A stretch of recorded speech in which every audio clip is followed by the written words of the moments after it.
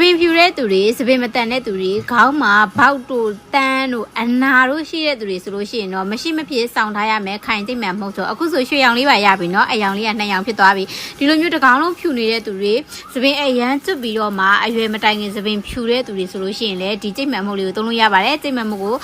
အုံးစီဖြစ်ဖြစ်တန်လွင်စီဖြစ်ဖြစ်စီတမျိုးမျိုးလေးနဲ့ဖြော်ပြီးတော့မှအမတို့တစ်ကောင်လုံးကိုခေါင်းလျှော့ခင်လူပြီး15မိနစ်ထားပြီးတော့ရေစီးချလိုက်ပြီးဆိုတာနဲ့တိတာတယ်ရဒီအမကတော့လှောက်ချလိုက်ပြန်ပြီးသူ့ရဲ့ကောင်လေးကသပင်ရှည်လေးကိုမှပိုချစ်တယ်ဆိုလို့သပင်ရှည်ရမ်းမြန်ကျင်လို့ခိုင်ကျိတ်မှန်မုတ်ကိုတလားစာသုံးထုပ်ဝယ်သုံးလိုက်တာအခုဆိုရင်တလားအတွင်းတိတာလို့သူရန်ကုန်မှာပြောနေပြီးတစ်ထုပ်ကောင်မှမြန်မာငွေကျပ်6500ပဲရှိတယ်သပင်ဖြူသမားတွေအုံတူအရှိမြန်ပြီးအသေးပေါက်ချင်တဲ့သူတွေသုံးလို့ရတယ်မြို့ပေါင်း330ကျော်ဒီအရင်ငွေချေပို့ပေးပါနဲ့ရှင်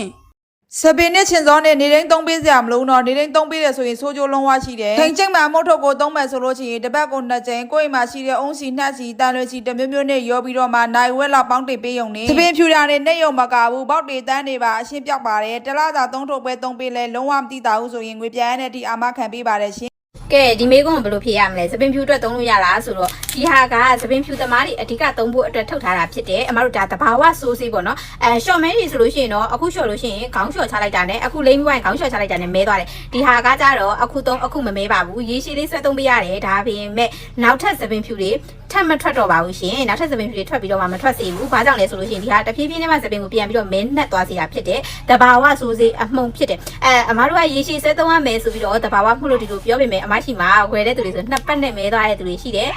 ဦးလေးတွေအန်တီတွေကိုတွေအမတွေအရန်ကြိုက်တဲ့အမှုံကတဘာဝဆိုးစေးအမှုံပြီးတော့တစ်မျိုးတည်းမဟုတ်ဘူးနော်9မျိုးဆက်အမှုံကျိတ်မှန်9မျိုးဆက်အမှုံဒီထဲမှာစပင်အတွက်ကောင်းတဲ့ဟာတွေကြီးပဲတန်တဲ့ဟာတွေပဲနောက်တစ်ခုကကြတော့လေစပင်မတန်တဲ့သူတွေအသက်ကြီးသွားလို့ထိပ်ပြောင်ထိပ်ကွက်ဖြစ်ပြီးတော့စပင်ပြန်မပေါက်တဲ့သူတွေတောင်မှပဲစပင်ပြန်ရောင်းနေသူပြောတာကိုယုံပြီးတော့အခုတော့အလိန်ခံရပြီတလားစာသုံးတို့သုံးပြီးမှအဖြူတွေပြန်နေပြီးအုံထူအရှင်မြန်စီမယ်တို့အာမခံပေးရမိတာအခုတော့နှစ်ထုပ်ပဲသုံးရသေးရဲ့ဇပင်ဖြူတွေတိတာပြန်နေလာတဲ့အပြင်ကမှဇပင်အကျွတ်တွေတက်တာတဲ့ဇပင်အုံထူလာလို့ဆိုပြီးမှလာပြီးတော့ပြောကုန်ပြီကိုကတကယ်ကိုမှသုံးနည်းမှန်မှန်နဲ့ဇပင်ဖြူတွေပြန်နေချင်တယ်ဇပင်အသက်တွေပေါက်ချင်တယ်ဆိုရင်တော့တလားစာသုံးတို့ပဲသုံးကြည့်ပါမတိတာဘူးဆိုရင်ငွေပြန်နေတိအာမခံပါတယ်ရှင်တစ်ထုပ်ကမှ6500မှာချင်တယ်ဆိုရင်တော့ဖုန်းဆက်ပြီးမှလို့ရပါ